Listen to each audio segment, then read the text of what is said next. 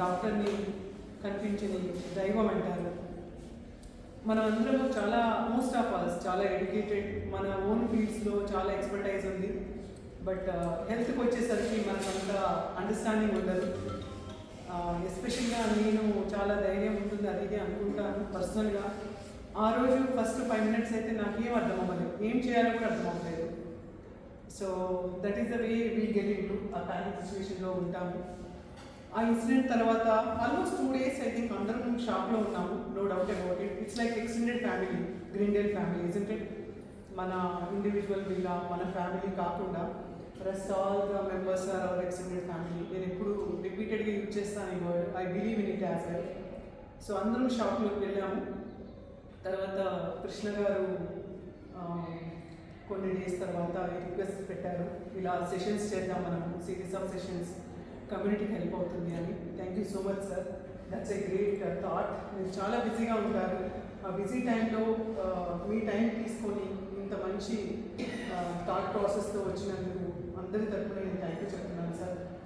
And దాని పరంగా ఇది ఫస్ట్ సెషన్ అండి. This session is going to be the first session. Krishna garu is going to do series of sessions related to the heart health. So thank you so much sir, I won't take much of time. So all yours sir, stage is all yours. Thank you. Thank you. Good evening. Language Telugu is okay? Little bit of English, please, and Hindi. Yeah. See, because I'm a doctor, always Hindi keeps coming. So, or if you're all comfortable, we can do it in English also. This is good. English is good. Yeah. So one small request and if possible please keep silent mode lo pettesikondi mobile speak. తెలుగులో చెప్పండి, హిందీలో చెప్పండి. Dr. Swapna, she is internal medicine doctor also. She was there on site that day. She was one of the first responders. First of all, thanks to the committee who responded and who have conceded to my request. By profession, I am a heart surgeon. I do heart operations day in, day out. And during heart surgery, the most common reason why I do heart surgery is for blocks that develop in the blood vessels supplying blood to the heart. Coronary artery disease okay? Heart is a pump, it needs blood supply all the time. Oxygen and nutrients are required to the heart every second. And that is brought through very small arteries. And these arteries are not very big. They are only 2 millimeters. The biggest one will be only 2 millimeters in size. And if they get clogged, just like our pipes get clogged with dirt, they get clogged with fat, cholesterol. And that is what causes blocks in the vessels. And when that process reaches a point, when the block reaches 100%, that's when people end up having heart attack. So that is what happened on that day. Many times we think he collapsed suddenly and word. In medicine, nothing happens suddenly. What we have visualized that day or witnessed that day is an event that was happening at least 10-15 years, but it reached that point of culmination on that day. It was not sudden. So there are two aspects to it. The event that was happening 10-15 years and the last 2-3 months. So ఆ రోజున అంటే కామన్గా జరిగేది ఏంటంటే symptoms అందరికీ వస్తాయి, కానీ we neglect it. Many times స్వప్న గారు కూడా అదే అంటున్నారు, బాడీ గివ్స్ వార్నింగ్స్. మనం చాలా టైమ్స్ వార్నింగ్స్ ఇస్తుంది, కానీ మనం నెగ్లెక్ట్ చేస్తాం. హార్ట్ విషయంలో ఇంకా కూడా ఎందుకు అని అంటే మనకి 2 types ఆఫ్ పెయిన్స్ ఉంటాయి అనమాట. ఒకటి ఫెరెటల్ పెయిన్, సొమాటిక్ పెయిన్ అంటాం, అంటే మనకి సూది గుచ్చుకున్నా దెబ్బ తగిలినా అది చాలా హర్ట్ఫుల్గా ఉంటుంది, మనకి ఎక్కడ ఎగ్జాక్ట్గా తెలుస్తుంది. రెండో పెయిన్ విసరల్ పెయిన్ అంటాం, అంటే లోపల ఆర్గన్స్ నుంచి pain is a very subtle pain. The closest I can describe is మనకి బాగా కడుపు అప్సెట్ అయినప్పుడు, when we have a total stomach upset, when we are having diarrhea or something, you feel your intestines are squeezing inside. You cannot pinpoint exactly where the pain is. A similar thing happens in the heart. When the heart is crying for pain, it will be like wrenching a towel inside your chest. That is angina. But it is very difficult. Very few people can appreciate it. Very few people can know about it. Some people are lucky when they get a heart attack, they appreciate it, they can go to the hospital.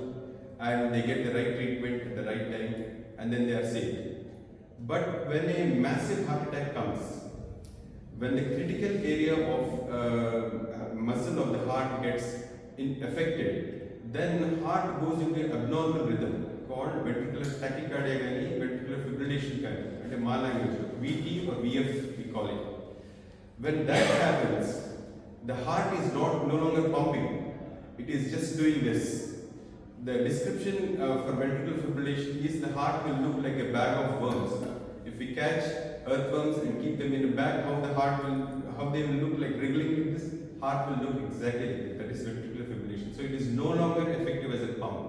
At that time, the person, no matter what he is doing, they just collapse. No matter where they are, they could be walking, they could be in water, they could be standing, they could be lying, anytime. They just collapse. They don't care. They don't know their surroundings, because suddenly the blood supply to the brain is reduced to such a low extent, their brain doesn't work and they collapse.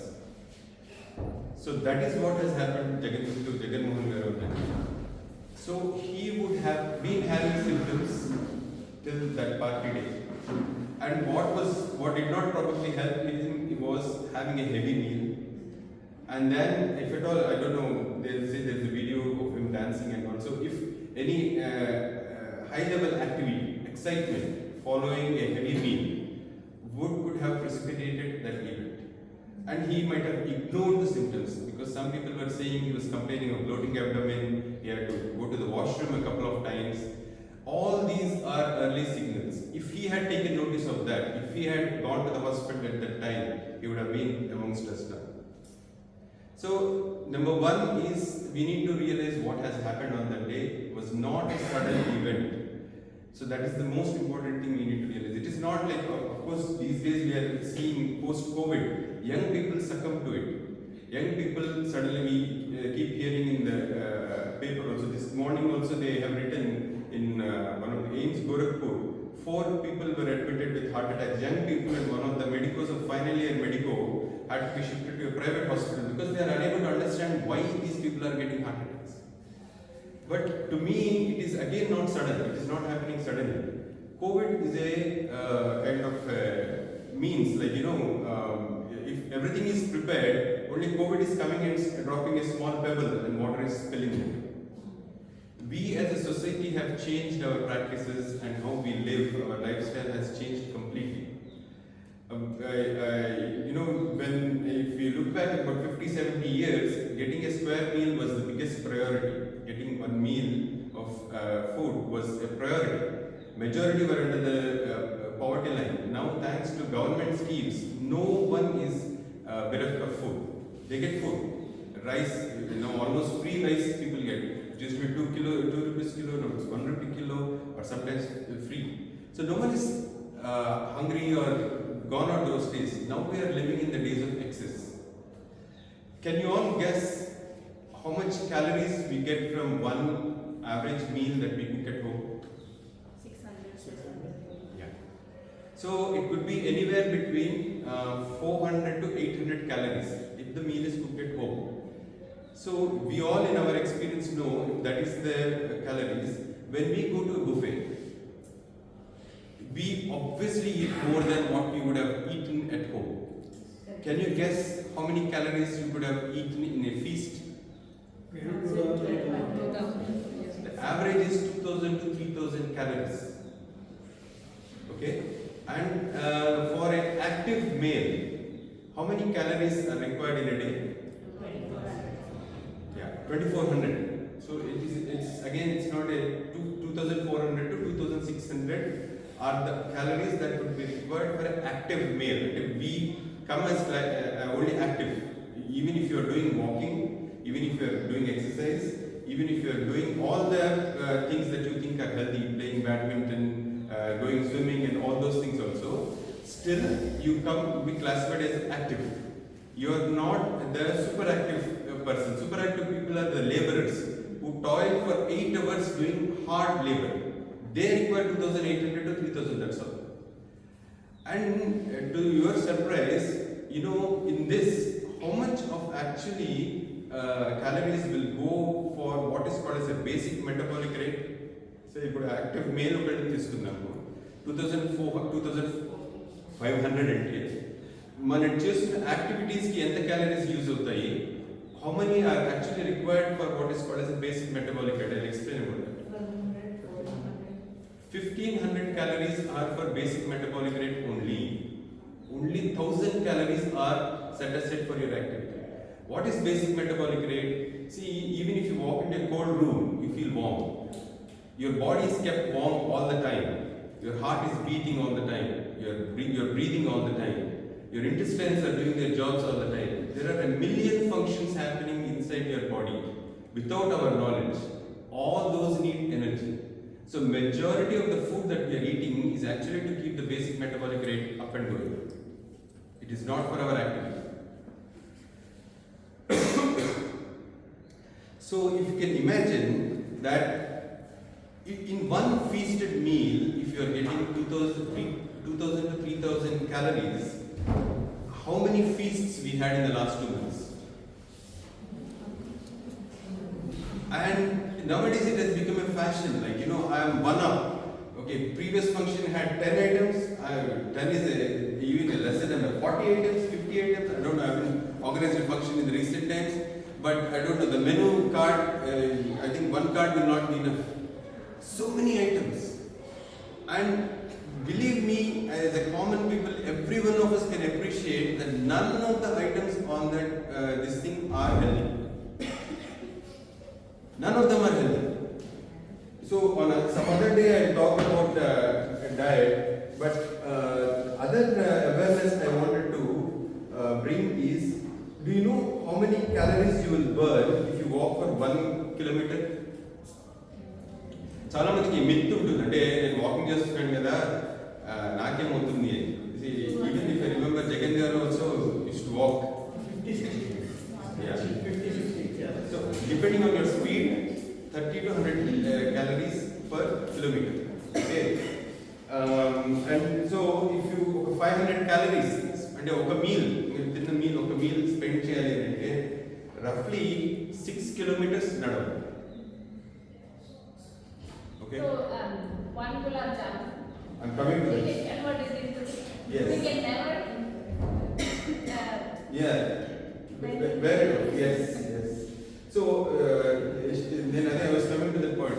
ఒక్క గులాబ్ జామున్ లో ఎన్ని calories ఉంటాయో idea ఉందా? 175.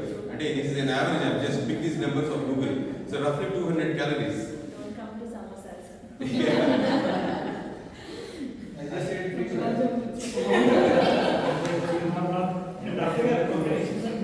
Normal meal 600 calories.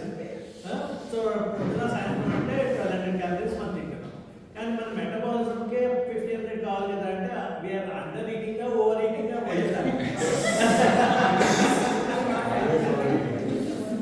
నేను చెప్పిన 500 to 800 calories అనేది perfectly balanced meal అండి.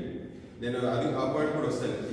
Perfectly balanced meal అంటే ఎలా ఉంటుందంటే, మన పాతకాలంలో మనకి కూర, పప్పు, సాంబార్, రైస్, పెరుగు, ఈ ఐటమ్స్ ఉండేవి.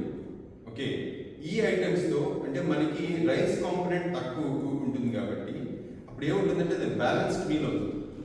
ఆ బ్యాలెన్స్డ్ మీల్ ఇప్పుడు ఇది కూడా అంటే ఈ క్యాల్కులేషన్స్ అన్ని కూడా they are little bit flawed. I using them to send an idea across. But there is no perfect way. అంటే టు బి ఆనెస్ట్ ఎలా చేస్తారో తెలుసు మీకు. అసలు ఈ క్యాలరీస్ డిటర్మినేషన్ ఎలా చేస్తారంటే, ఇప్పుడు సపోజ్ ఒక పనీర్ కర్రీ ఉంది, they want to know how to do the calories అంటే they take it to the lab, they burn it to the point of nothing should be this thing. అది ఎన్ని calories emit చేస్తుందో, అది ఎంత heat చేస్తుందో సబ్స్టెన్స్ని, దాన్ని బట్టి they calculate the calories. So ఆ రోజున వాడు ఏ పనీర్ తీసుకున్నాడో, ఏ ఆయిల్ తీసుకున్నాడో దాన్ని బట్టి ఉంటుంది. కానీ we cannot take it that this is how it will be. This is only to give an idea. This thing. మీరన్న పాయింట్కి వస్తే మనము ఈవెన్ 500 to 800 calories కంటే we actually consume more. At this point of time, one of the biggest factors manaki that is affecting our food is the food itself.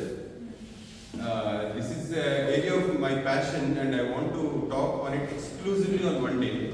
ఎందుకంటే మనం ఏం చేసామంటే through green revolution మనం ఇందాక అనుకున్నాం కదా, ఫాస్టింగ్ అంటే ఫ్యామిన్స్ అన్ని పోయి ఫాస్టింగ్ వచ్చినప్పుడు గ్రీన్ రెవల్యూషన్ ఏం చేశారంటే రైస్ 90 డేస్లో పండే రైస్ని 60 డేస్కి తీసుకొచ్చారు. అంటే this is a thought Jaggi Vasudev set and I totally agree with him. ఇప్పుడు ఒక 2.5 కిలో బేబీ 80 కిలో పర్సన్ ఎలా అయిందండి? అంటే ఎయిర్ని అబ్జర్వ్ అయితే కాలేదు. మనకి నేల నుంచి రూట్స్ లేవు, మనకి నేల నుంచి మనం తీసుకునే ఆహారం మాత్రమే. We are what we eat. It's a simple mantra of life. We are what we eat.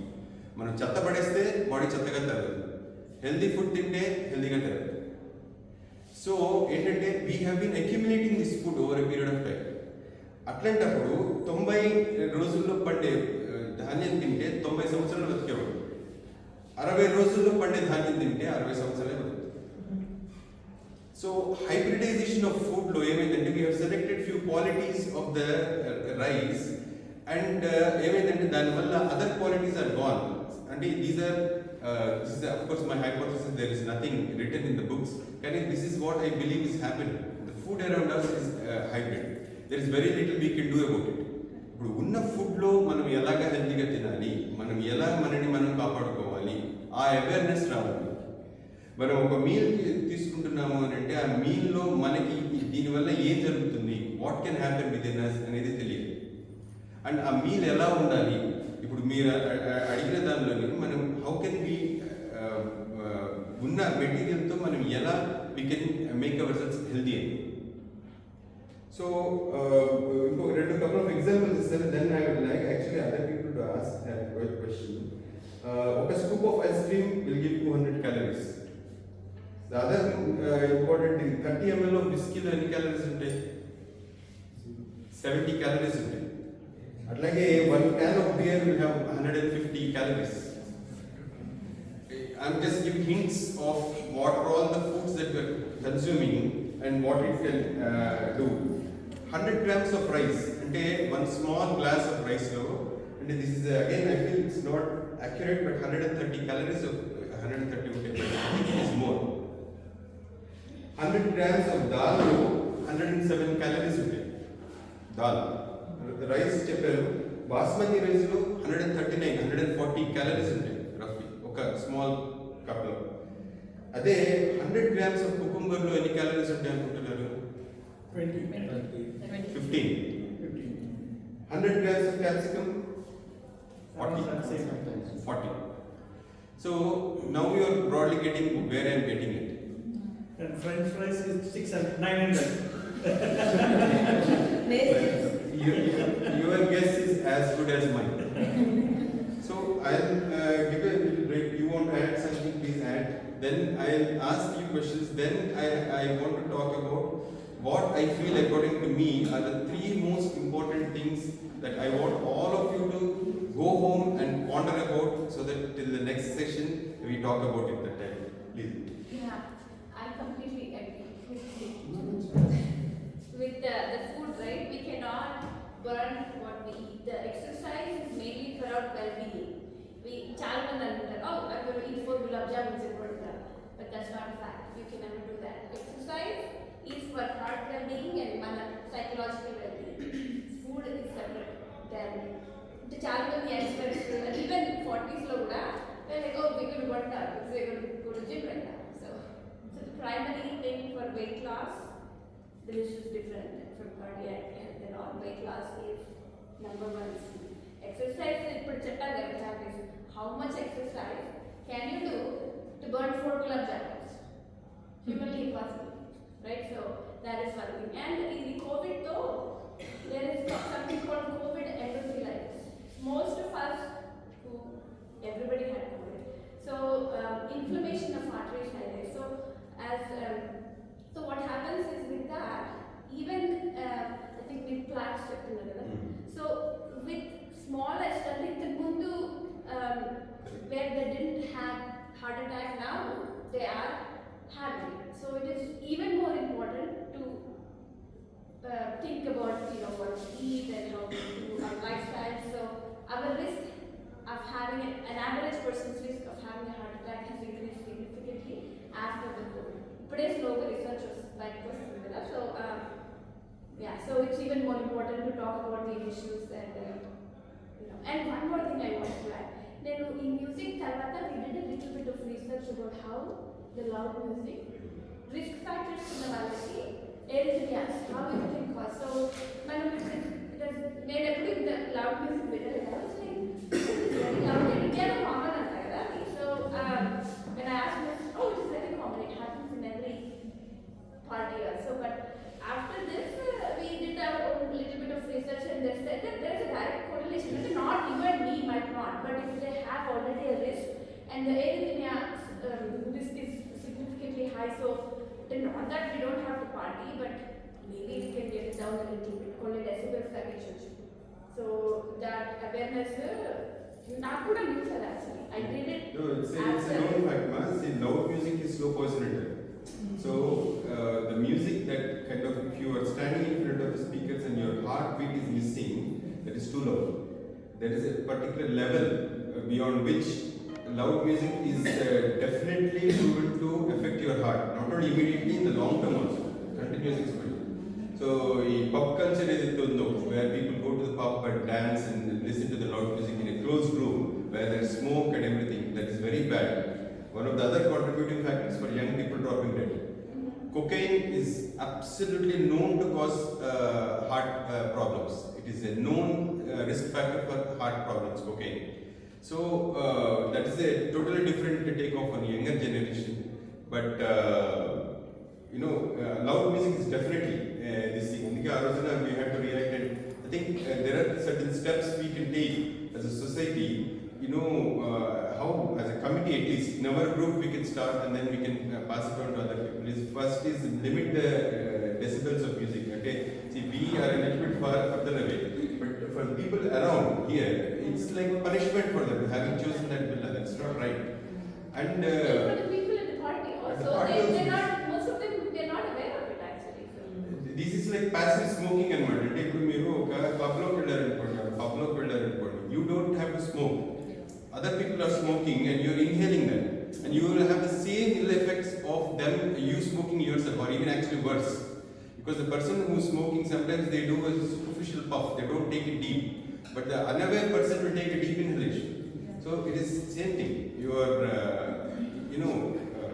bad in this. You will be caught in this. Then questions అడుగుతారా? డాక్టర్ గారు, కొంచెం కన్ఫ్యూజన్ ఉంది. మీరు చెప్పిన ప్రకారంగా మనం we will be taking approximately 1200 tablets. But we require 1500 tablets from our basic metabolism. మరి what do you think? మరి that I didn't understand. మరి మన క్యాలరీస్ అయితే మనం అంటనే ఈవెన్ ఎక్కువ తీసుకున్నా కూడా maybe 1500 or 1600 still it is okay కదా. The two other parameters I have not spoken about is our activity level. Okay. So meeru although on an average ante cheppinappudu, right, it doesn't stop. You have coffee. Okay, you have coffee with milk. You have tea. You have snacks. So all those calories add up.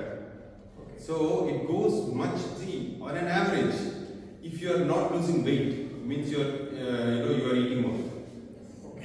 If you have fat, you are eating more. And how you are doing is it is up to you to look into it. If you are not losing weight, I am not suggesting this as a weight losing mechanism. It is actually, but if you are not losing weight, weight takkatledu ante you are eating adequate or more than what you require. So two things. One is that these are very, they're generalizations basically, that you actually need like 2000 or 2500 calories, but that's not real. Right? You should be aware of what your body wants. For instance, for say middle age or postmenopausal women, you don't require more than 1500 calories. Right? The BMR itself has slowed down. Right? For most of us, the activity comes down. So why do women put on weight postmenopausally? Because you need lesser food. Similarly, even for men, see, after probably 50 or 50, automatically the body slows down. The BMR goes down. You don't really need 2000 calories. Right?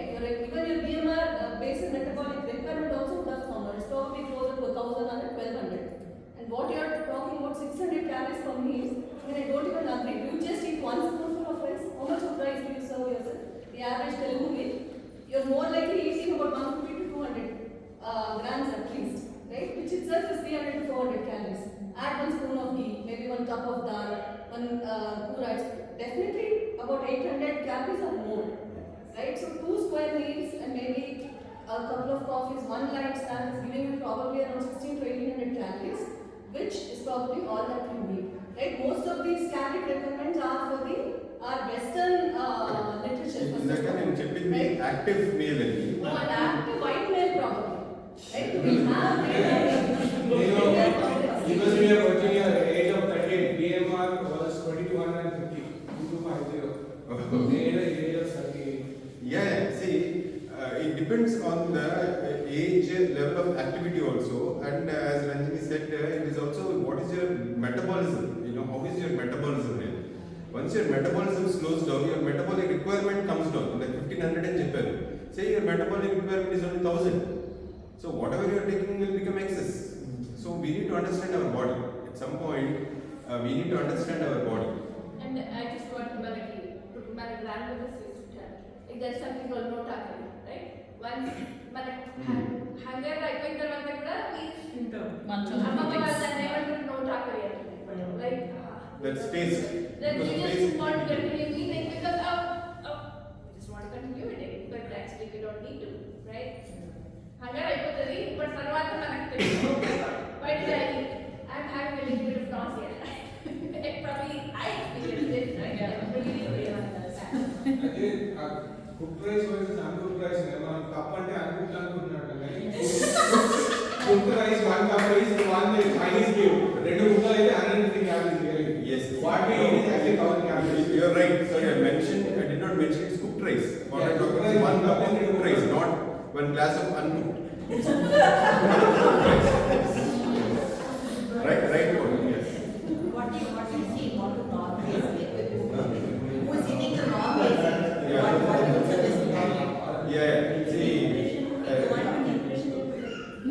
it's a relevant question about non-veg. See, I'm a vegetarian, so I have to give this disclaimer at the beginning itself. I'm a vegetarian, so my bias will be towards vegetarianism. But if I keep that aside also, there is enough evidence that eating non-veg can cause direct damage, not only to heart, and it can increase the cancer this thing also. There are two books I will recommend. I'll put it in the group also. One is How to Prevent and Reverse Heart Disease by I think his name is Calwell or something. I'll post it. He's an American doctor who has researched and he has clearly demonstrated that you can reverse the blocks in your heart if you switch your diet to vegetarianism, and you can lose. And the other most important book that is quoted even today is called China Study. The China Study is called, and what in that book, what they have proven beyond doubt is that animal protein is bad to humans. Animal protein including milk. Casein is also bad. It's just logical. See, cow milk or buffalo milk is for its younger ones, not for humans. This concept of milk being a wholesome food has come during the times of famines. Early 1900s, when there was no wholesome food, people promoted milk drinking at that time because there was no other wholesome food. Rice was not available. So if you have a cow at home, drink milk, that was good. That was good for that times. But it is no longer. And cow milk is not human food. No other species drinks other species' milk unless it's an emergency or there is no other thing. If you look at yourself in nature, it doesn't happen. We are the only species who survive on some other species' milk, mother's milk. So again, going back to the point of non-vegetarianism and animal protein, it has been proven beyond doubt. There are n number of papers you can do the literature research. Of course, it does not come out in the open because food industry is a big industry, and people have their own vested interests in that, so it doesn't come out. The other thing is, I have my colleague who is our MD also. He has a big poultry in Davangere, and the way they sometimes discuss about how these chicken are fed, what kind of food they are fed, and the fish, how they are brought about, how the animals are brought about. If you hear about it, I bet none of you will touch meat. And it was going to be the difference between the antibiotics. The first antibiotic could have amoxicillin, and they're not effective anymore at all because they have to use Keflex, amoxicillin as a first thing. అమ్మకి 2 years back I started reflex and it was కొంచెం infection వస్తే it's not getting better at all. My friend said reflex doesn't work here. So the first antibiotic that works is augmented. So I already 3-4 antibiotics అయిపోయినాయి. So if we continue that process ఇప్పుడు వీళ్ళందరికీ antibiotics feed చేస్తారు poultry. Animals అన్నిటికీ antibiotics ఇస్తారు to prevent them from infection. And మనం వాడే most antibiotics అవి tried on animals ఉంటాయి. So they work on them also. So physiology same. So వాళ్ళ మీద వర్క్ చేస్తాయనే మనకి ఇచ్చారు. సో యానిమల్ ఎక్స్పెరిమెంట్స్ పనిచేస్తేనే మనకి వస్తుంది అనమాట. So that is a different topic altogether. But any questions in so far what we? I just wanted to add something. Even West the vegetarian diet, if we can control not eating. I am not a vegetarian, but I try to do it. I just try to do maybe just technical processes. But we all agree that if you can afford to just have vegetarian, that is the way to go. Different types of symptoms inside, doctor. Very important. Sorry, you mentioned that. But about the milk, Ah. I completely agree with that. Yeah. Because all of us, first of all, use that protein in our 30s.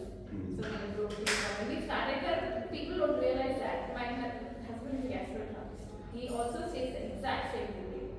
How our species is the only species, and he kuda after once they start eating, like 6 మంచిగా తిన్నప్పుడు 6-7 తర్వాత కూడా అవసరం లేదు అనేది. That's what he means also. Yeah, sorry Satyaji. I'll answer this question and then I'll complete. Yeah. Symptoms first and foremost angina antaru. When the important heart disease we are talking about is coronary artery blocks.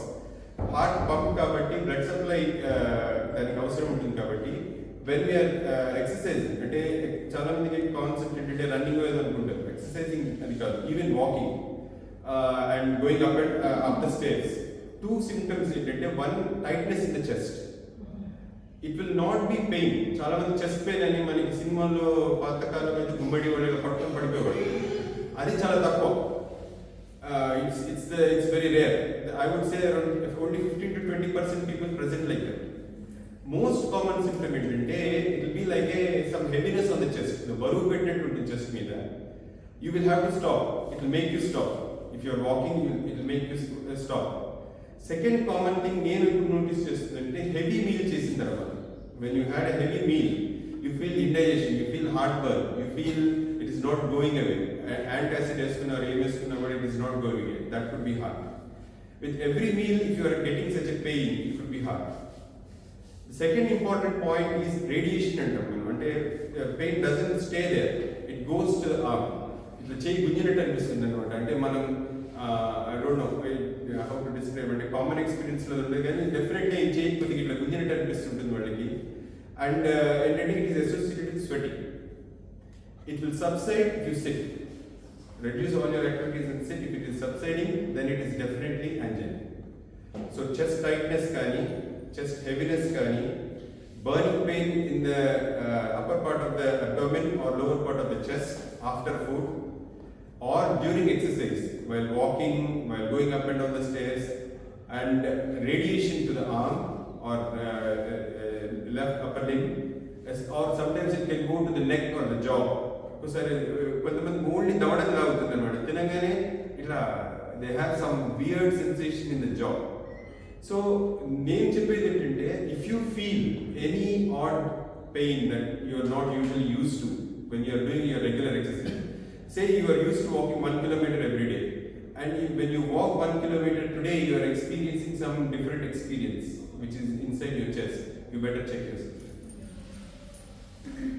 You will not lose anything. At the most, there is the standard test we do in hospitals for treadmill test. They make you run on a treadmill and take ECG, and that in 95% of people will show whether there is a block or not. Okay, so that is all. Once the block is there, we can go on a discussion as to what it is. But early identification, that is this. The second thing people experience is shortness of breath. So they get short of breath. The best way to describe is you will not be able to complete sentence. if you're talking to your friend, or your colleague or whoever, you're unable to complete the sentence, you're having to stop, take a breath, and then completing, that is shortness of breath. So if someone is experiencing shortness of breath when they are walking, what exercise you're already accustomed to that needs investigation. So these are the two symptoms: chest pain or chest tightness and shortness of breath. If you are having these, you should get investigated. Sorry, sir. So you talked about the calories and what the meals should be. I think the other part is the interplay of nutrients, right? Protein, fat, carbohydrate. A lot of people go for non-veg because in addition to protein, it also provides you low-fat option, right? So when you take egg, the fat is almost zero, right? Fat is almost zero, right? So or carb is zero, right? So what are the vegetarian options in these cases where you want a low-carb, high-protein diet? See, the concept of low carb, high protein, high fat diet it's called keto diet. The keto diet concept has come because in the recent times, it is one of the best tools for two things. One, losing weight. Second is to control diabetes. See, diabetes is again my passion because many people are turning diabetics because of the lack of awareness, and people think once they are diabetic for life, they have to take medication for life. And without medication, they cannot treat themselves. That is a wrong concept. You can reverse diabetes. It is entirely in your hands. We'll talk about it later. But keto diet comes because our body needs three basic nutrients: carbohydrates, fats, and proteins. These three are required. Now, based on carbohydrates are for immediate energy use. So you want to run, you want to use it. So carbohydrates for immediate. Fat is the storage energy, and proteins are for muscle building. So in the keto diet, what happens is when someone is having high sugars or when someone is obese, you stop giving them carbohydrates, then the body fat will start burning, and something called as ketone acid levels in the blood will go up. So that's when the fat starts burning, and it will take actually to get into ketogenic state. It takes 2 weeks. It doesn't happen immediately. Actually those 2 weeks are really bad weeks. You will feel very dull. Your mind will be very low because brain, heart, and kidney need glucose all the time for their routine working. But you are depriving them of that with keto diet. So it will take to get into ketogenic state. It will take some really good effort. But once in the ketogenic state, again you can come back to normal. That's different. But vegetarian options are very much there, like tofu, paneer. Dal is a very good source of protein. Actually, this is what I tell my patients. Dal has much higher protein than non-veg. See, if you think about it, what are we feeding the chicken? You are giving these only, these pulses only you are giving, these only you are giving, this kaju badam only you are giving whatever to feed it and to make it fat. And that has made the fat, and you want to protein, and you want to consume that, and you want to become again protein. You are taking the so-called easy way. Okay. So rather than that, if you consume the same, you will also get the same protein. There is no rocket science behind it. So the chicken is processing it for you, or the lamb is processing it for you, and you are eating that protein. That's no different. There are vegetarian options. Nowadays, actually, we are lucky, and we are living in very good times where there are multiple apps, and there are stores like Urban Kisan, Healthify Me, and there are other people who you can just order your healthy meal. Yeah. Healthy vegan protein meal, you make any combination and they sell, and that's really good. Yeah, please. You spoke about what to eat, what not to eat. You also spoke about the symptoms, but in the long run, right, I normally take an annual health checkup and all those. We end up in a situation where you are either border case or little here, there, and the doctor says, take care. But it doesn't really give you a clear indication of what to do and what not to do. What are the few tests that we compulsorily have to take, and how do we read it ourselves? Not like we start taking medicines, but how do you read it, and then how do you take care of your food, saying that you are in the border case, now I have to be serious about it. Any thoughts about it? See, when you are talking about prevention, this brings us to the prevention of heart disease. most important incriminants or things that are causing heart disease now are number 1, I put as stress, 2 is diet, 3 is lifestyle. So if you are looking at prevention and take care, if you just break down the take care part of it, number 1 comes stress. Now many people have a very wrong concept about stress. People think I'm not stressed. When am I stressed? Because the concept of people's stress is that just before examining situation, when you're sitting in front of your examiner, you're sweating, your heart is being that is one extreme form of stress. To me, one simple indication is if you are waking up in the morning between 2 and 4 o'clock, your sleep is getting disturbed and you are unable to go back to sleep, you are stressed. Okay, so look at yourself, and if that is happening, then you need to take those steps back and see why it is happening. Most important thing that we do these is excess thinking. We think a lot, we worry a lot, we don't register it. It is all subconscious, it is happening at a very subtle level, we worry a lot. Part of the reason is, at any given point of time, there are 10 things that you can do, or maybe some of the things that you may have to do, no one else will do. For that reason, you are thinking, okay, sitting here also, I'm pretty sure tomorrow morning, how am I going to go to the work, what vehicle, whether there is petrol or not, what is the work, how many employees will come, how many will not come, what work, so many things are going on. That is all stress. We stop unwinding ourselves. Relaxation we forgot. So number 1, stress. But it can be overcome with simple things, because again, the reason why we get stressed is because we have built a framework by ourselves. We think if we don't meet these criteria, we are a failure. People might perceive us as a failure, or we have missed an opportunity. We have created that framework. We have to broaden that framework. It is in our hands. And the second, of course, this is again, I can delve on this for a very long time, but that's just to give a broad idea. Stress, excess thinking, it can be simply done by moving close to your work. One of the easiest things you can do is moving close to your work. If your workplace is less than a kilometer, your stress levels will come down drastically. Because the biggest stress is to get to work on time. For most of people who work at office. So if you are working from home, that is a different ballgame. But so moving close to simple steps in life will help. And believe me, each time you are stressed, what happens is a hormone called cortisol is released. Cortisol, this morning only we were discussing on the walk. Cortisol is a hormone that was meant for flight and fight.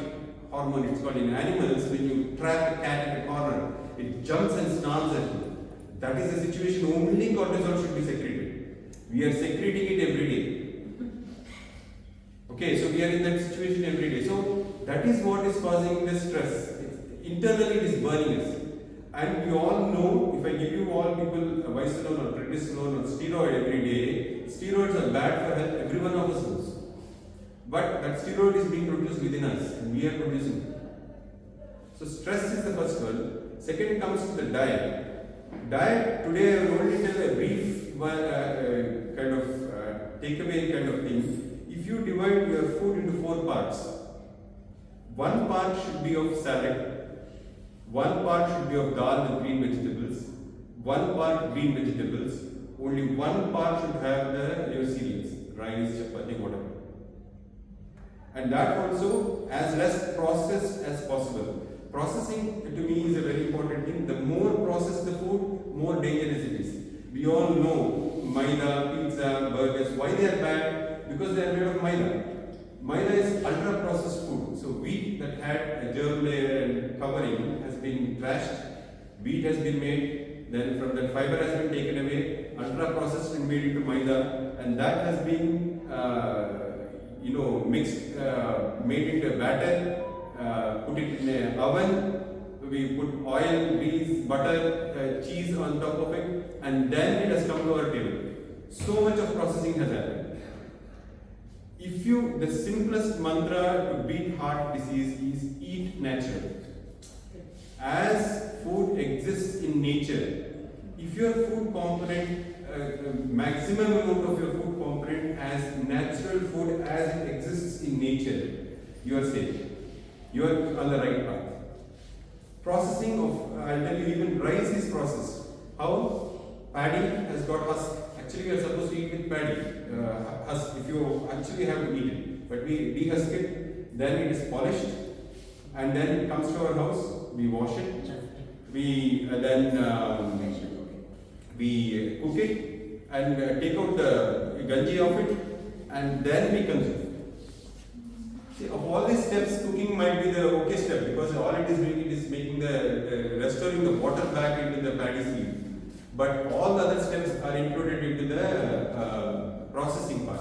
So even rice that we consume is processed. The only easiest way you can eat unprocessed food is salads, because that is the natural way. So make sure you have a significant portion of salad in your meal.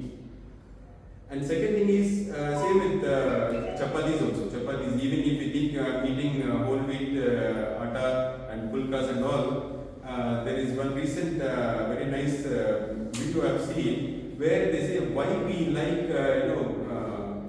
things made on tawa. Because when carbohydrates are burned, they are turned into nitrosamines. The brown color you see on chapati is because nitrogen is being added to that, and that brings that sweet aftertaste to the chapati that you eat. If you eat wheat by itself, it doesn't have that taste. If you burn it, then only it will get that sweet aftertaste. So processing is happening there also.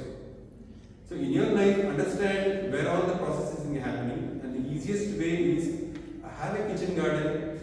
It is very easy to grow some leafy vegetables in the kitchen garden, some vegetables, or nowadays we got a lot of organic farms selling right up our doorstep.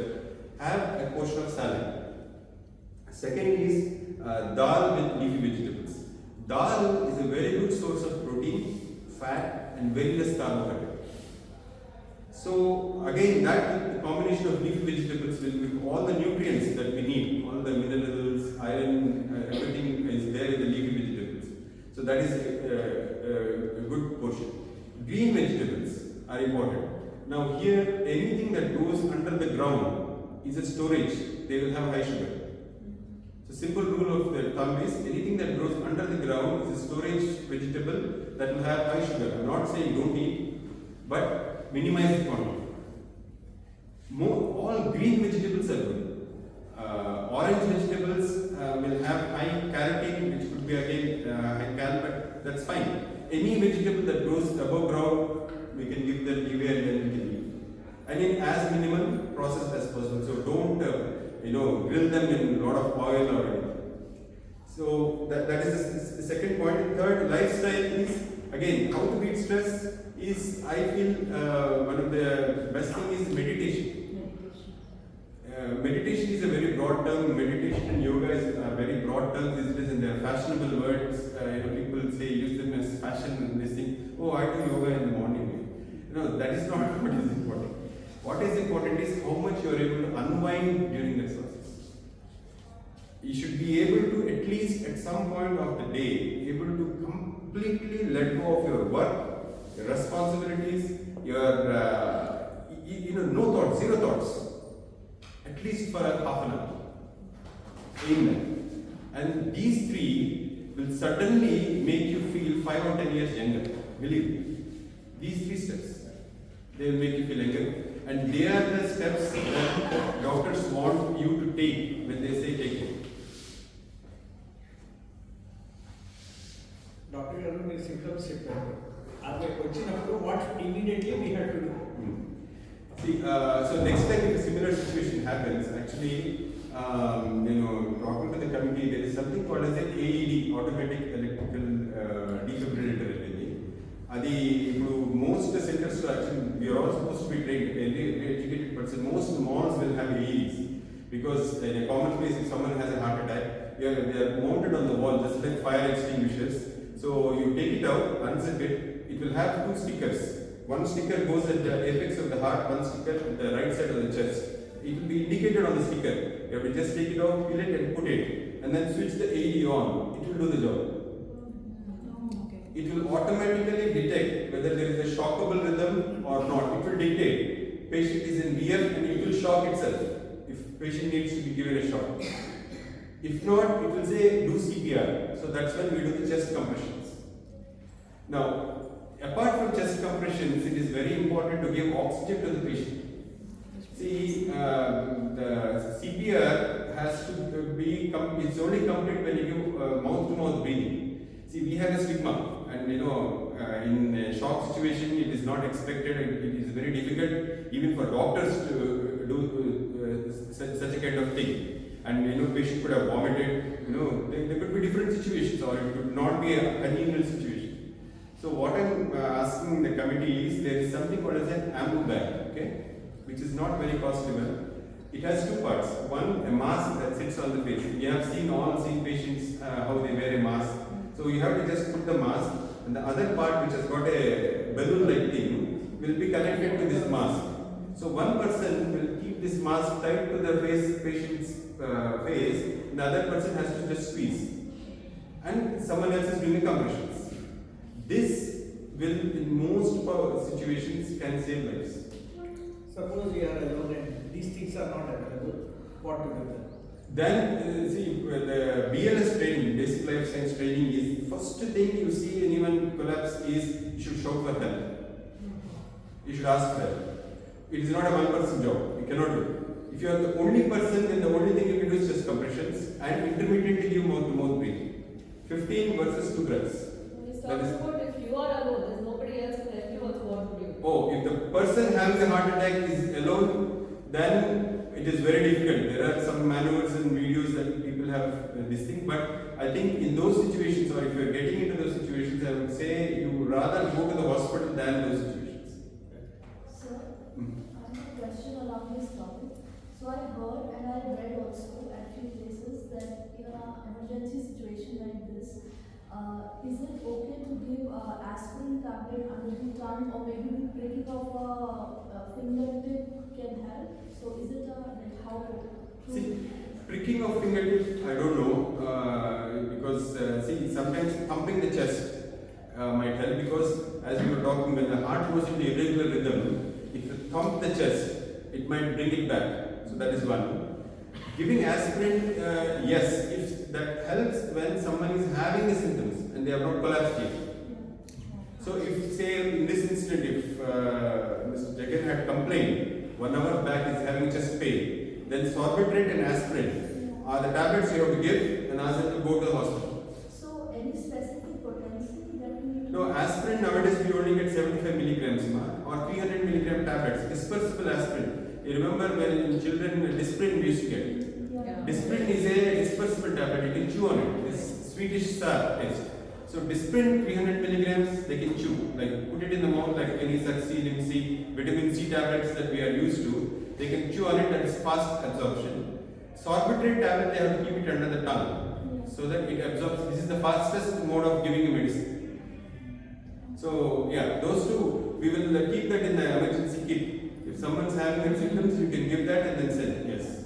There are 2 or 3 proposals I want to make. See, if possible, to have a trained nurse 24/7.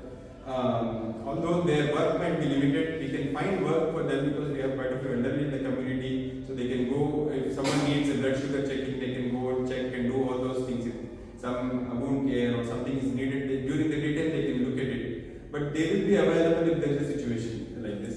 And the second most important thing is how to communicate. See, when an emergency like this happens, the other day it happened right in the middle of this thing, so all people were there. What if situation happens at home?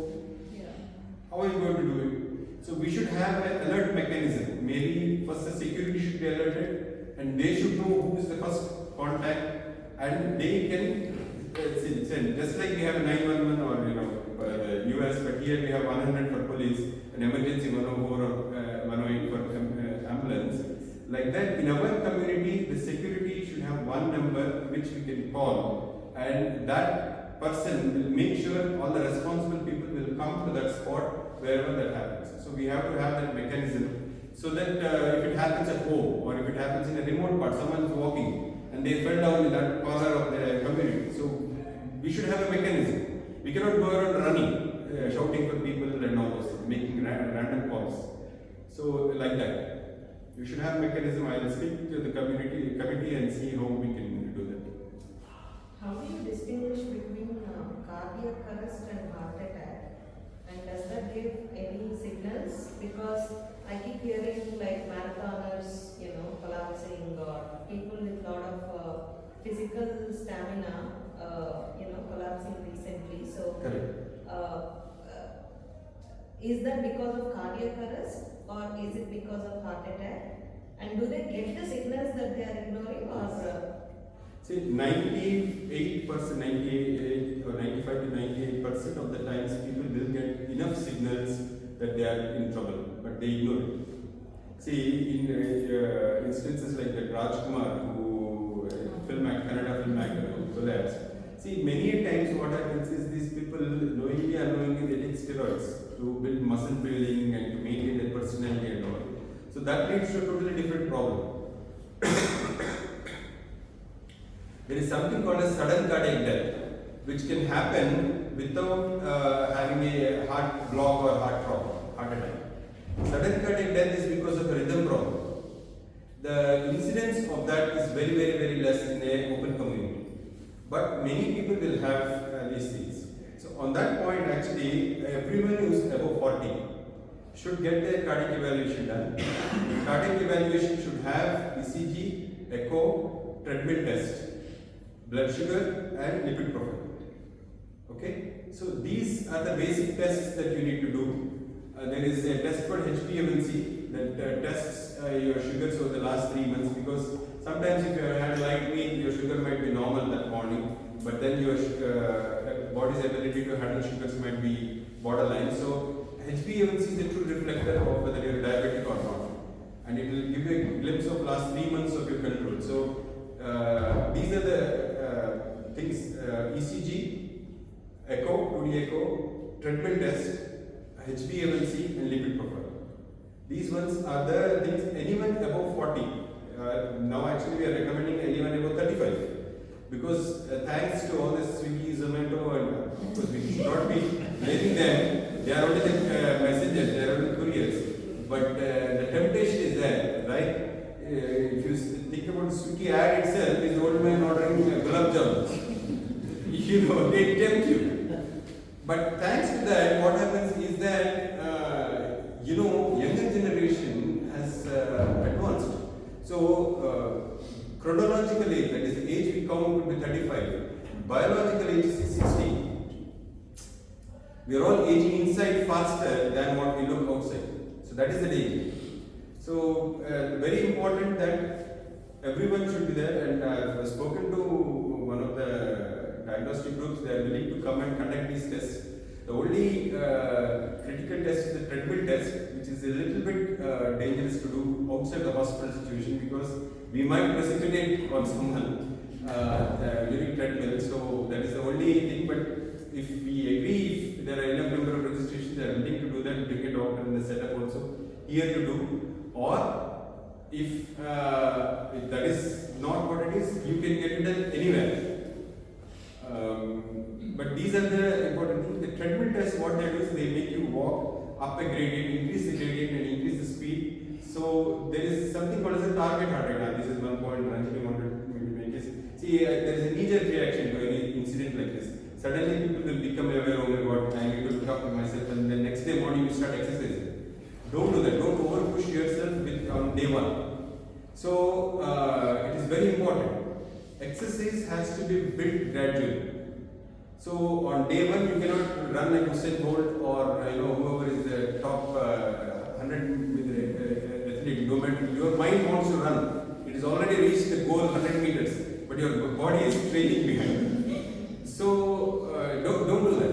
Don't do that. And it is very important to do it in a trained manner and in a gradual manner. Build it up, because there is something called as we calculate as a target heart rate for your body based on your height and weight. So for me, my target heart rate is around 150 to 160 heart rate. So if I can reach that heart rate without any ECG changes, then my heart is good. That is the treadmill test, what it does.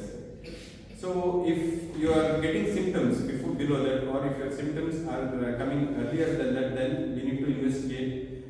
There is another way. You can get CT scan, coronary gram, CT coronary angio, which does a calcium score, or CT scans that do calcium scores. CT coronary angiograms have come and they are pretty good these days. But that's the next step. That is only when you suspect there is a block. The simplest test is doing a treadmill test. How often? Yeah, if you have done a treadmill test and it is negative, you could do it annually. If it is positive, of course, we have to take immediate decision. If you already had an intervention, at least annually you should do a treadmill test. And your first treadmill test will be the baseline against which it is compared. So next time when you do a treadmill, changes are similar or some new changes have come, is always compared. So keep your records. Once you have done it, it's your baseline. You need to compare it for future. And how about the vitals? Vitals, in terms of blood pressure, you're talking, or heart rate? Or in general? See, in people who have already had a heart attack or who had a heart bypass, what we do is we give them some disease-modifying medicines. One of them is beta blockers. Beta blockers, what they do is they reduce your heart rate. So, having a high baseline heart rate shows either you're stressed or your body needs, there is some kind of stress going on, whether physical or mental stress is going on. So having a high heart rate at baseline, which I would say is around 90 or above, your baseline heart rate should be less than that. Blood pressure, 140-80 are the numbers that we need to remember. If blood pressure is more than 140 or more than 80, the lower number if it is more than 80, even at times, then also we should make sure that you have to start taking the corrective measures. Again, stress is one of the important things. You could try lifestyle modification, eating more vegetables, meditation and things like that. If they are not working, then you may need medication to control your blood pressure. But there is something called as a metabolic syndrome. So once your weight goes beyond a particular point, you are definitely bound to have all these things. Diabetes, blood pressure, high cholesterol and heart disease are but markers of overweight. Excess eating over a period of time leads to these things. It's very simple. How to know your baseline heart rate? Nowadays these gadgets are there, they will tell you average of this thing. They may not be very accurate, but they give you a rough idea as to where your heart rate is. Otherwise, you can have these pulse oximeters, they also give you the numbers. No problem. If you want to check yourself, it's very easy. On the thumb side of your wrist, you just put your finger and then you will be able to feel the pulse. What is the optimum? What I am trying to say is 70 to 90. Even up to 60 is also fine if you are on medication. For athletes who have been running, regular joggers, regular marathon runners, their heart rate is set low. So for them, heart rate will be low because that is the body's preparation. When they run, the heart rate goes up and it does not shoot overshoot. So it's mechanism to adapt to the exercise that they do. Famously, we used to read Bajor Bob. I don't know how many of you remember. He's a tennis star. He's very old, and before even this thing, even 60s, 70s, he was this thing. His heart rate used to be around 40. Because he's an athlete. So that was given as an example for us in physiology that if you're an athlete, you're running all the time, then your heart rate is set at a low level. Can heart rate be low and blood pressure be high? Yes, it will be. Many times what happens is when your heart rate is low, blood pressure can go up. Because the heart is getting more time to fill, it will pump more blood out and the blood pressure can go up. But it is not always, it does not always happen. Is that an extremely dangerous case? Yeah. One situation that happens is when the brain bleeds, that happens. And the heart rate comes down and the BP goes up. The BP goes up because to keep the blood flow going, because the compression of the clot, the blood flow is getting compromised, so the body is trying to compensate. It's a compensatory mechanism. But that's an extreme situation, not physiological or not normal situation. Sir, if the triglycerides are at the border level, how to take care of them without medication? Very good question. See, this is actually a diet question. See, this is a typical, the two things that are typical of Indian this thing is, we are all having what is called truncal obesity. We are not, obese. Many, well, now it has changed. I cannot use this. Maybe 60% of the population have truncal obesity. They are not, obese like US people where they are moving with big bodies. We have obesity around our trunks. Means only our abdominal wall and inside the viscera, around the intestine there is fat. That itself is enough. There are various hypotheses because we say we have famine genes, because we have been to so many famines, we don't have the actual obesity genes, we have these famine genes. That's the reason why we have truncal obesity. And the second most important thing why in Asians and Indians is that we always have a lipid profile, high triglycerides, and LDL is okay, normal. That is a very common situation we see. High triglycerides is an indication that you are eating more carbohydrates. Many people think it is high fat consumption. It is not fat consumption. It is high carbohydrates. If you are eating excess rice, and that reflects as high triglycerides. So you reduce the rice component, increase the other components like what we discussed, salads and everything, automatically triglycerides will come. Sir, but sweets will also contain more. It's carbohydrates. It's the easiest way to eat carbohydrate. So the diet mantra, as far as I am concerned, is two things you have to remember: is carbs and calories. Reduce your carbs, reduce your calories, you'll be fine.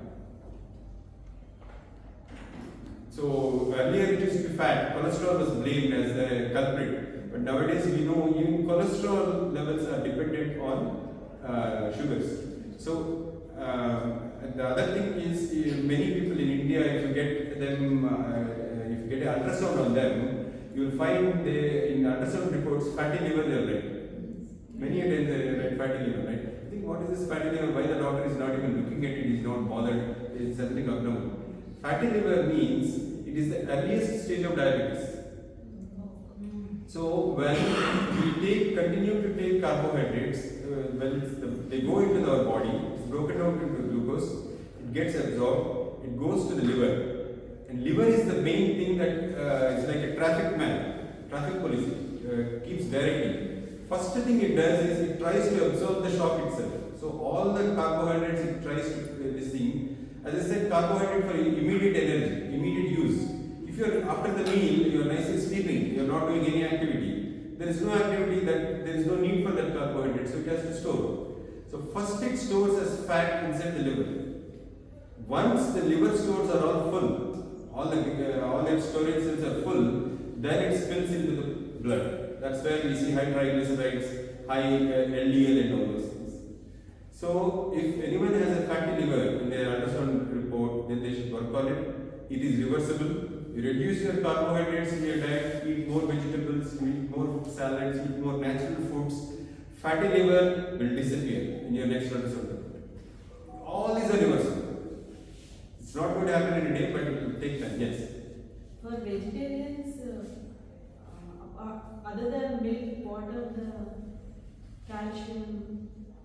See, we get calcium in daily life. Yeah. Calcium we get from many resources. See, amla is a fantastic source of calcium. See, there are plenty of milk is not the only source. The one thing we need to be wary about is B12.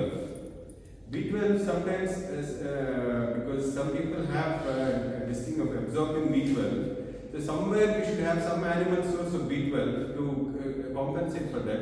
Except for B12, all the vitamins, minerals, everything can be get through vegetables only. You don't need animal source.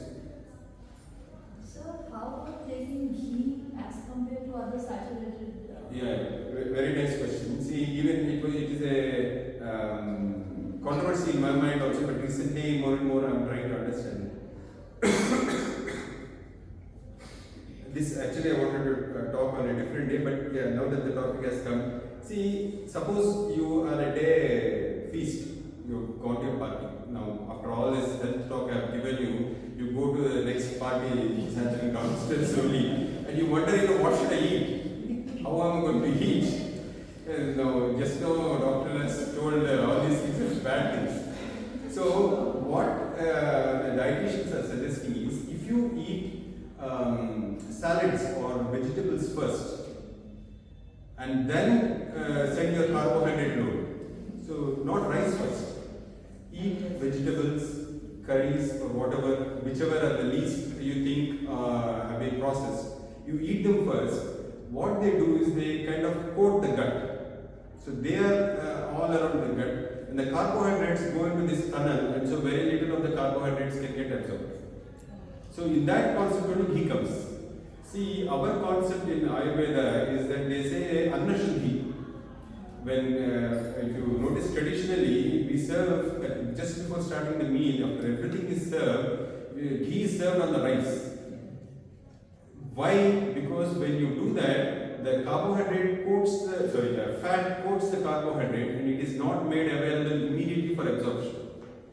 So to a certain extent it is good. Not, but again, that having said that, my second point comes of calories. So that adds calories to your diet. So take only that much ghee that you can accommodate in your calorie expenditure. You can take it. I'm not saying not. But Anna Shuddhi is good. If you are going to eat white rice and eat less of white rice, have a little bit of ghee first so that kind of coats these carbohydrates. But the order of eating it is first eat vegetables, proteins, vegetables, fats, proteins, last carbohydrates. That way there is less absorption. Otherwise, if you eat carbohydrates first, what happens is the sugar level shoots like anything. The moment rice falls into your stomach, within 15 minutes your sugar goes more than 200. Insulin, your pancreas is struggling to keep it up, and then no matter what you eat, it will go as junk and your sugar levels are high or time. And so how about taking ghee empty stomach? Like it's been said these days that taking a half spoon of a pure ghee empty stomach every morning. See, it comes under the keto diet only. See, fat is it comes under that category only. But again, you have to count your calories. I feel you should count your calories. If you're only taking ghee, you have to add it into your calorie count. That's all. See, per se, whether it is going to give an advantage, I'm not the right person. My brother is the Ayurvedic person, I can find out. But just taking pure ghee at all times is not good. You have to know if you are going in the direction, you have to know your body physiology. You know, in Ayurveda they have this Pitta, Kapha and Vata type of bodies. So a Vata body which burns anything, it's like fire. You put ghee in it, nothing happens. A Pitta body is like a very slow this thing. If you put ghee, it will stay forever. So you need to know your body composition before you embark on that journey. And which oil you would suggest while cooking food and vegetables? See, all oils are processed. There is no good oil, bad oil. That is all marketing. That is all marketing. Yes, that is all marketing trick. They make you say this is all this thing. See, our traditional oils are good enough. See, as I was saying, if you eat palli as it is good for your health. Because the groundnut has got perfect balance of fiber, carbs, everything in it. What we are doing, we are squeezing it, taking out all the fiber, only taking the oil. How can it be healthy? So mustard oil is okay? Any oil is the same. See, that's why eating nuts is healthy. But that doesn't mean you eat nuts and then put oil and eat, then it is not healthy. Okay, your oil consumption, whatever your fat consumption for your proportion, if you are taking it in the form of nuts and not adding additional oil, that's healthy. If you are eating nuts and then making all pakoras and eating, doesn't matter, you make it in olive oil, sarson ka tel or any tel, it's not going to happen. And how we make vegetables and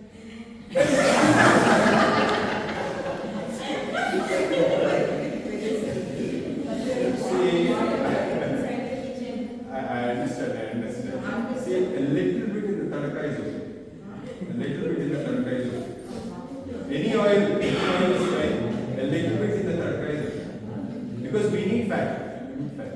But as a broad statement, I am telling you, oils are all processed foods, so they are not good. Any oil that is trying to tell you this is good, this is bad.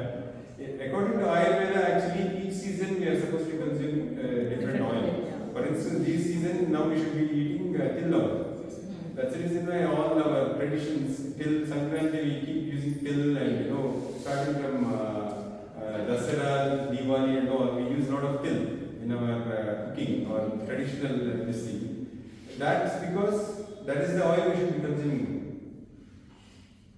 So like that for 3-4 seasons, every season there is a different oil, but per se oils are not good. You have to minimize that quantity. Again, carbohydrates and calories. So it comes under the calorie category. So you consider it the same like ghee. You have to consider it. You make the same vegetable in ghee or oil. To me, it is calories you are adding to your food. That should be compensated either in reducing the other calories. So rice कम करो. अगर तेल में कुछ खाना है तो rice कम करो. Vegetables, salad ज़्यादा करो. Sir, is coconut good or bad? See, this is again a little bit controversy. Some people say there are 5 whites that you should avoid. Okay, but traditionally Keralites have been eating coconuts. Yeah. So I wouldn't get into this thing. Anything in excess is not good. Anything in excess is not good. See, anything in moderation, anything well balanced is fine. See, earlier what I remember in my childhood at least, coconut was the only time when we used to get at home is when there is a festival, you break a coconut and that is there used for next 2-3 days. After that, no coconut. Now you get grated coconut on the shelf and you are using every day. That is excess use. Those days it's all balanced because it was all once in a while. That's okay. Once in a while is okay. Body can handle it. Not on a daily basis. So nothing is a poison, nothing is too bad. But everything is being made bad by us by overusing it, excess eating and excess. We are in that phase of excess, and our bodies are not tuned. Our bodies are still in the 1930s famine phase, whereas we are in the excess phase. So that is where the problem is. There is a mismatch. Sir, one more thing, people like us who are in IT and other jobs, we end up wearing the headset and listening to the calls for n number of hours. Sometimes it goes beyond what we can take. I feel irritated at times. So, do you think that those kind of lifestyle as well create some problems? Yes. See, as a part of relaxation, sleep is very important. 8 hours of sleep is an absolute must. Sleep is actually essential. In medicine we call essential means without sleep you can die actually. You know that? If you are sleepless you can die. Without food, probably will survive longer than without sleep. If I make you sleepless, you will die earlier than foodless. So sleep is very essential. So if you are changing your sleep cycle, see, here I'll bring a little bit of philosophy. See, if you broadly think about it, we are all part of this Mother Earth. We have just come as we see the plants coming, plants cannot move. We have come sproutings, we are moving all around the place. We are part of the earth. So we are very much part of the earth cycle, day and night. We cannot be anything different. If we go contrary to that, your body will face consequences. And as far as wearing headsets and the rays and all those things, yes, they do have an effect. You will feel more irritable, more sleepless, more agitated if you use more of these Bluetooth sets. Where possible, wear wired sets, that might be better. But again, concentrated sounds around here also is not good. If you think about it, our Vedas, they have been only passed on orally. They have never been written. Why? Because our sages knew the importance of sound. And what we hear, what we say, what we hear is very important because unless and until the importance of the sound is important because the vibrations go to the brain straight. So if you are compressing and focusing them on that, that will have an effect. There is no scientific study, I don't know, I'll have to do a literature search, but definitely it will have an effect. So minimize it if possible. Use any other means of communication if you can. And all this exposure to blue screen and all are also not good. Unfortunately, we are living in those times where this is work, but we have to find a way around it. And again, that will add to your stress component of your life. With workouts, some of them are very obsessive or passionate about workouts. Sometimes body says stop, we won't do anything today, but still because of the habit and whatever it is, we end up doing. So how much we listen to our bodies? There are two elements. One is you should enjoy what you are doing. If you're not enjoying it, if you're forcing it on your body, even if it is a healthy habit, it will not do good. You enjoy it. So if your body wants a break, do a different form of exercise. Just stop on that, take a break. Second thing about the activity, the recommended activity is that your rise in heart rate exercise, whatever is what is called as a cardio exercise, should be minimum. So you should have a short burst of cardio where your heart rate touches 150 and then comes back. It should be a short burst, maybe 5-10 minutes of that. Rest of the exercise should be where you should be able to make a conversation without effort. More of isometric exercises, muscle exercises. Those exercises are supposed to be good for health than running. Running all the time. People have this thinking that they run and they get healthier. No, to a certain extent it helps, but only to a certain extent. That does not mean you run all the time. So most of the time the trainers, that's why they don't recommend you to run. They only make it to warm you up. Or at fag end of your exercise, do a cardio spurt. So that your heart is healthy. It knows it can go up there and come back. So, just as an extension to that question, I was wondering if yoga would do, or we still need to have some walking, jogging, or treadmills or something like it. Everything, mix it up. Mixed up. Mix it up. So you can do a bit of yoga, you can do. See, if you are free, you have time, you can do all in a day also, no problem. There is no limitation. See, here again, you have to understand the idea why you are doing it. Mm-hmm. See, if it is for calorie burn, or if it is for weight loss, then it's a different thing. But if it is for health, then you need to be able to relax and enjoy it, as I was saying. If you are enjoying it, as long as you can enjoy it, do it, no problem. I tell you, in medicine, or even, I don't know how many of you are biology students here, you would have read in 12th class, or if you along with the students, there is something called as a citric acid cycle. If you break down how energy works, the food that we eat is changed into glucose. Glucose goes to every cell, and the oxygen from our lungs is taken from by RBCs to the cell. Inside the cell, the glucose is broken down outside to a certain part, and there are certain things called as mitochondria in the cells. The mitochondria are the power cells; they are the batteries. In the mitochondria, there is an extensive length of mechanism called citric acid cycle, and then ion exchange mechanism, which will make sure that the glucose and the oxygen that we have taken is converted into 40 ATPs, 38 ATPs. ATPs are the currency. Okay. The basic metabolic rate that we talked about, every second, each cell is actually spending quite a few ATPs just to maintain what we call homeostasis. It means just the way things should be, it is just maintained. So when I'm making this movement, I have actually burned quite a few thousands of ATPs. Again, as Jackie says, we have been given this wonderful machine, but we haven't been given the book, manual. So we are abusing it like mad. We are abusing it. So when you're doing exercise, it should not be unnecessary exercise. There should be a purpose to it. If you're doing yoga, there should be a purpose to it.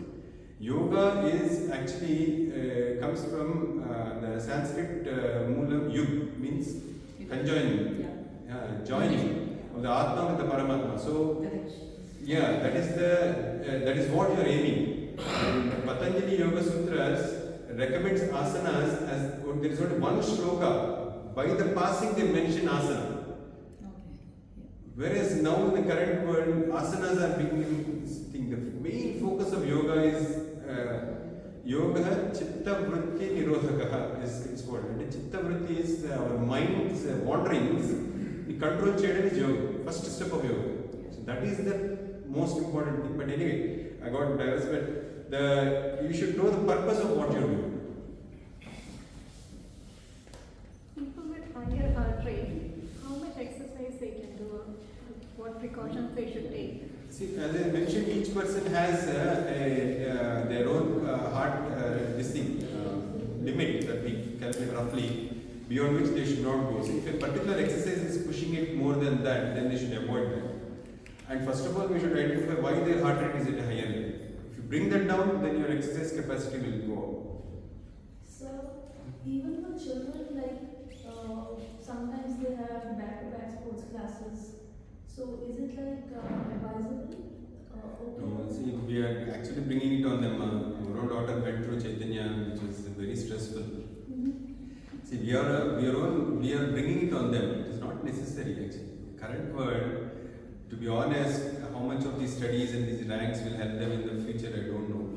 It is not at all recommended. It is not necessary. It is unnecessary. They should be happy. They should play. That is the time when they are absolutely carefree. That is what they should experience. Because once they grow into adult, the responsibility will catch up. So that is the part of the life. At least they should have, that happiness. One more, probably the last question. I don't know. Intermittent fasting. Can you throw some light on that? Yeah, sure. There are too many things that I've been hearing. No, intermittent fasting is good. See, recently one Japanese scientist got a Nobel Prize based on fasting. During fasting, what happens is the body does what is called autophagy. Means it because there is no food, it kills or it digests the dying cells, old cells and dying cells. So new cells are replaced. So that's what is proved. Autophagy is auto-eating. Phagy is Latin for eating. So autophagy means it eats itself. So it eats the unwanted parts. So like that, cancer prevention becomes easy. So any unwanted cancer cells that are lurking around will be taken care of. That's the reason why traditionally we used to fast on Ekadashis and all those things. Intermittent fasting even I do, because the reason why I do is we are feasting a lot and we are not compensating. So one of the ways of reducing your carb and calorie content is by fasting. There are multiple ways of intermittent fasting.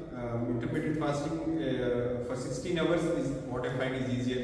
Eat your dinner at 8 and next meal only at 12. People do 24-hour fasting, people do 36-hour fasting, 72-hour, even 4-5 days intermittent fasting also they do. But they are extremes. And they should be done under supervision or some kind of this thing. You should not straight away do them. But this 16-hour, max 24-hour intermittent fasting is a good thing you can do. Particularly if you want to improve your heart health or health overall. Today I'm only talking about, it looks like I'm talking heart health, but all these measures will make sure your other health also is better. Your mental health, your prevention of cancer, everything it helps. The diet I spoke about, eating raw vegetables and eating natural foods helps cancer prevention as well. So, but with intermittent, like after 16 hours gap, so this chain needs to break, right? We cannot do it on a regular basis. So for a few months. No, we can continuously do it. We can continuously do it. No problem. Yes. See, we are meant to give rest to the GA tract. See, GA tract is not there to work all the time, 24 hours. You will be surprised what you will get. Right? So typically we skip breakfast. It's not at all difficult. And now you can't eat first thing in the morning, right? Your body adapts. Maybe the first week it will be difficult. And it's not, you can have a proper meal at 12. And then you can have your dinner at 7 o'clock or 8 o'clock. So that 16-hour period, I'm sure is going to talk more in detail about diet. Also what happens is it's kind of, your body doesn't have ready calories. Right? You've used up all your glucose in the first 4 to 5 hours. So essentially it has to either break down fats, it has to use its proteins, and it goes into autophagy. So it does help. I feel that single step. Right? Also the other thing I find it does is, the previous meal is entirely digested. I think if you eat before your body actually needs it, that's literally poison. Right? Now that we've got used to intermittent fasting, if we eat more frequent meals, we really struggle. Body hasn't really got rid of the earlier meal. Right? You had a heavy meal, let's say, you had a heavy breakfast, let's say 8 o'clock or 9 o'clock. And then you sit down to another heavy meal at 12 o'clock or 1 o'clock. Right? Your body is really not digested that. You're dumping more food on it. So that's really unhealthy. So for of all our health measures, I find this is the best. Right? It really makes you feel so much better, and it keeps your sugars under control. Right? And it keeps your weight under control. And it's easily done. You don't even have to resort to any extreme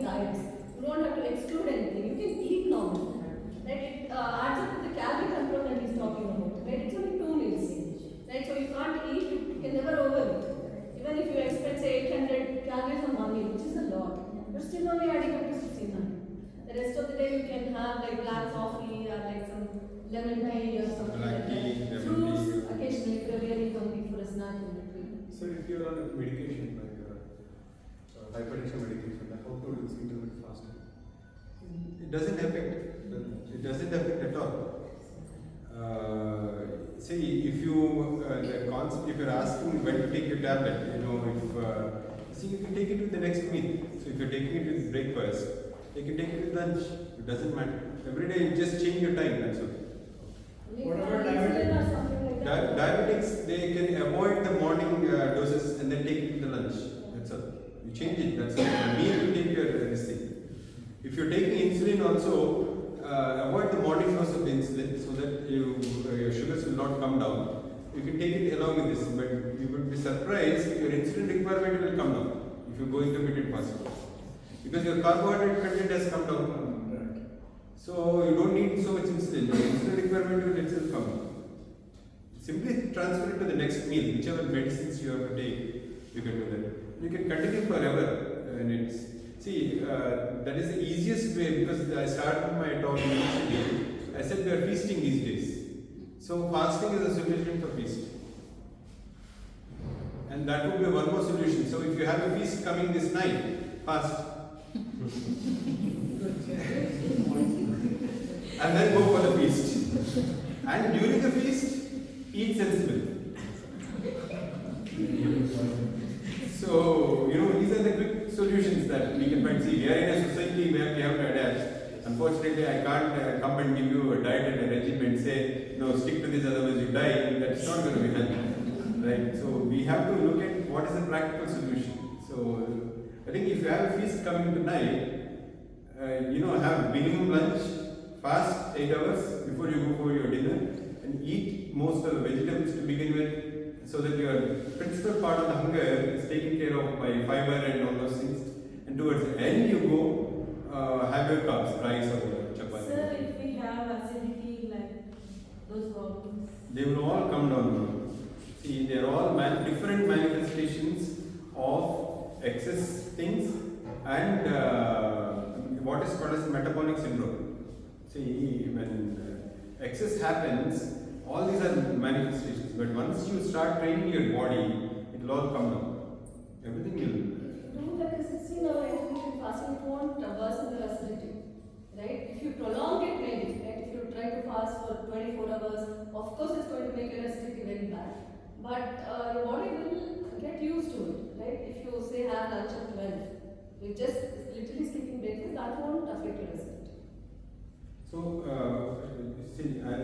next time what I will do is I will talk about heart disease per se. Risk factors, each risk factor like diabetes, hypertension, heart disease, how it manifests, what tests we can do in detail. I want to talk about that, and then we will do that. Then I'll have one session on diet, one session on stress, one session on if everyone is okay with it and if it is helping you, then we can do that. Because today it was an overview, but I can go in much more detail about each aspect, and then there is also a repetitive effect. Like today some points will get in, some points would have gone out. So the more we talk about it, the more we can implement this. So to the committee and even any one of you or any one of your friends, if they are having some events coming up, when they are planning their meal, what I would suggest is have some health corner in this scene. So the simplest thing they can do is having millet sambar or millet curd rice, having a salad bar which is much healthier, which is more attractive, where not this fancy, not a Russian salad, more like Caesar salad. Hummus is good because again not much has been processed. So hummus with vegetables, cucumbers, carrot sticks. So like that, if you have a health corner, big health corner which can be prominent, and so at least people who want to take a health option, they can take it. And then minimize the unhealthy parts, sweets, not have tons of sweets, and minimize the sweet content of it. Sweeteners are not good, so don't go with this thing that sweeteners can be replacement for sweet, no. There was one thing we were reading, even if you think you are fooling the body by giving sweetener, the body still registers it as sweet, and your brain will react exactly the way it has to react for sugar. So there's not much of a difference. So don't think you're fooling. Only calorie count might come down, but the effect it's going to happen will spread, have more health components, have less rice and have more pulkas that are made with whole wheat agar. So you can, once we start looking for health options, you will find them. If you don't, then it will not happen. So while cooking rice, we should take it out Kanji? what you say? No. No, we should Don't. keep it like Yes. this. At least some nutrients are kept. If you just take the have- Gandhi means that is under process. You've taken away a last bit of nutrition, the nutrients also. Try it. See, there are now diabetic rices and all. I don't see the point in them because they are again a different kind of hybridization. What we used to call as dumped wheat means unpolished rice. It's the next best, I can see. This brown rice, again, there are no special this thing, or you'll not get any brownie marks if it's a brown rice. Brownie points, no. Because again, it also has similar calorie content. There is something as glycemic index, we'll talk about it later. But the glycemic index is same. Basmati rice is the same, it's high. So the next better thing is millets. As of now, why I am recommending millets is because millets still come with husk. We cook them with husk. So their content is same. Their content is almost similar to rice. But for the same quantity, if you cook, there is more fiber and the glycemic index is low. So they release sugar slowly. So that's the reason why millets are a little bit healthy. And they keep your stomach full for a longer time than rice. So we'll talk these in diet part, but yeah. I have a request session. When you're doing the diet session, please throw some light for all the boys and girls in the community, the younger ones, Yes. not just the. Yes. Sure, sir, a small request. Like whenever you will be taking a session, why don't you plan to have a healthy food get together? Potluck. Then we will explore more. As I was talking about what options we can have a spread on that day. So that they know that in yeah, that's a good idea. Not a problem. Today they go and skip dinner, that's it. No, that was not the idea. That's not the idea. Even if we motivate us to do. Yeah, see, so simple measures is eat less, understand, first of all is understand your body. Where it is, what its needs are, basic needs are, understand your body, and based on that, see, I will not recommend this extreme also. Don't eat, I will not say. Don't, forget about it, so it should be moderation. So always the moderation, and the more we understand about ourselves, the more better we can this thing. See, here I can do any amount of talk, but every individual has to understand their own body. Every body is different, everyone is different, every single individual is different. So we need to understand our body. That is the primary thing. So from today onwards, start doing that, whether you are gaining weight, what food is suiting you, what food is not suiting you, how much you are eating in a day without your knowledge. You know, many times very reluctant to be on the floor and then putting something in your mouth. Those things you should avoid, and wherever possible, be aware. Let us increase the awareness first. Okay? So, Previously, all the time, doctor used to say that diabetes is not reversible. It is for life.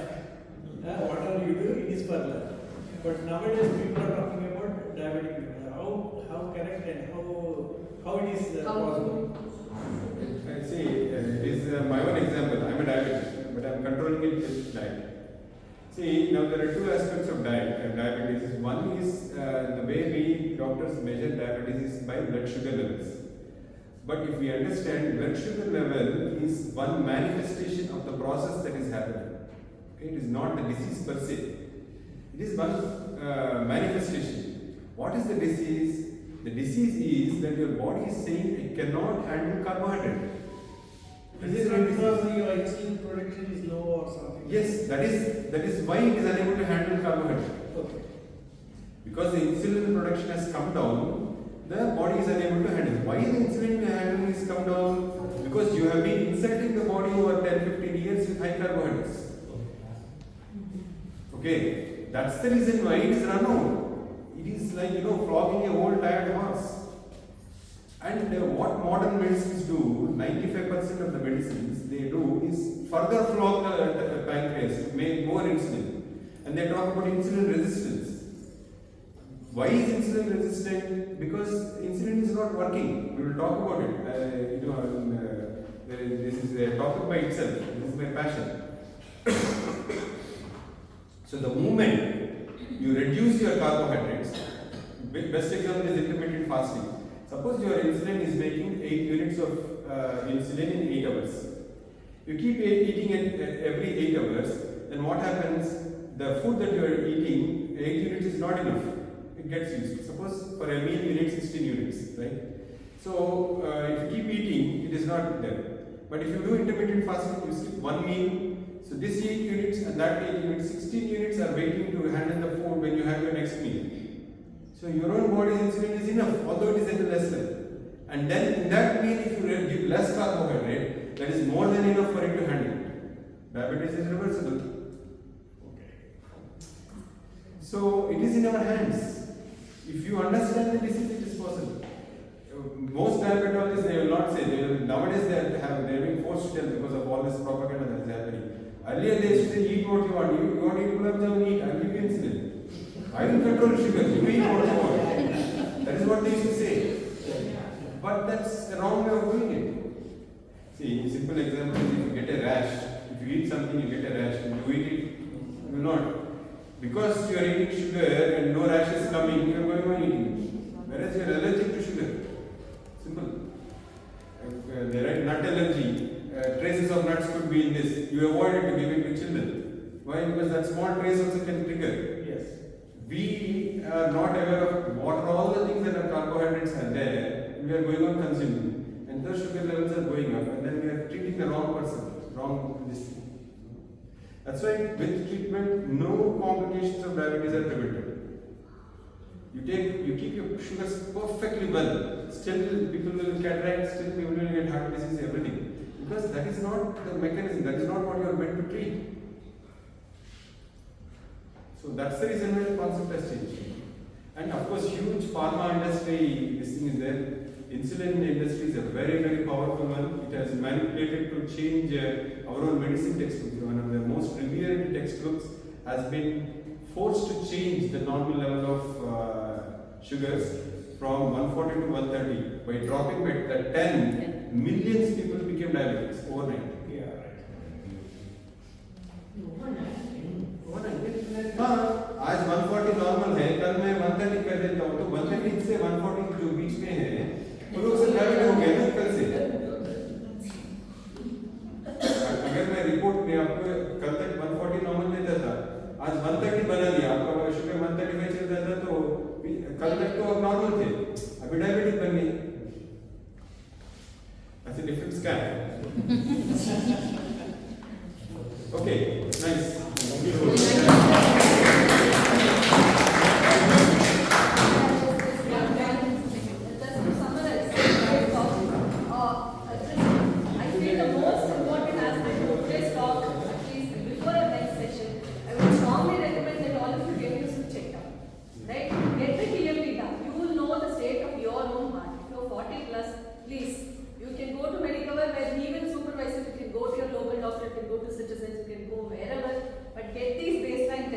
That's the first step. Yeah. You know how your heart is. What he's talking about is like long-term prevention. But all of you need to know the current state of your heart. Right? If all is well, that's very good. Then you can follow all these steps. But if already there is some disease complex, better to get treated and not wait until some such emergency crops. I think within the coming 1 month, everyone who's above 40, I recommend them at least do treadmill test. And then get it checked. Everyone in the community, I think that is, I'll put it as a message. We can Because that's the point I wanted them to make. Suddenly there's greater attendance at the gym. That's even more dangerous, right? The heart is already great, and then you're going and exercising, right? That itself is a trigger. So first step is to make sure that your vessels, your coronary arteries are good, your heart is good before you start doing anything else. Yeah, that's no workout. Yeah. We are really blessed to have you in our community, sir. Thank you so much for spending time.